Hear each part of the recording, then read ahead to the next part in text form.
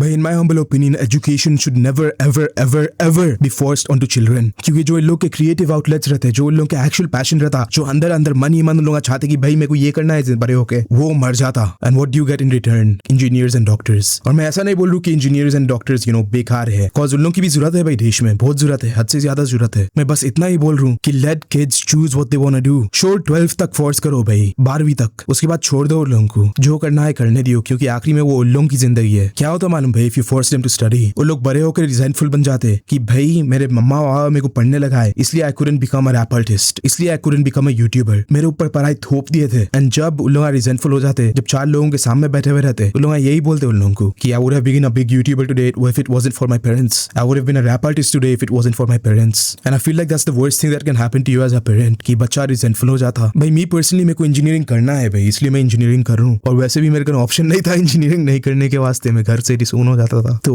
वही भाई, like education should never ever be forced. ऐसा नहीं बोल रहा हूँ कि नर्सरी में कुछ पूछो बेटे तुम पढ़ना चाह रहे क्या, केवल तो बड़ा हुआ बाद उसको उन्हें kind of what's the word, dyslexic हो जाता कि उसको पढ़ने नहीं आता, नंबर्स नहीं मालूम, एबीसीज नहीं मालूम, तो वैसा नको करने दियो। After 12th let them choose, क्योंकि उन लोग आज जब 18 साल के होते, 17-18 साल का बच्चा रहता, उसको मालूम है उसको क्या होना है, he knows what he wants, unless and until उन्हें रिटार्डेड है थोड़ा, जब उसको पढ़ाई में लगा लो भाई। लाइक अगर बच्चा रिटार्डेड है, अगर मेरे जैसा हाई IQ एल्बर्ट आइंस्टाइन अगर मेरे जैसा हाई IQ एल्बर्ट आइंस्टाइन है तो उसको चूज करने दियो। अगर तुम्हारे जैसा रिटार्डेड और है बोले तो छोड़ दो उसको।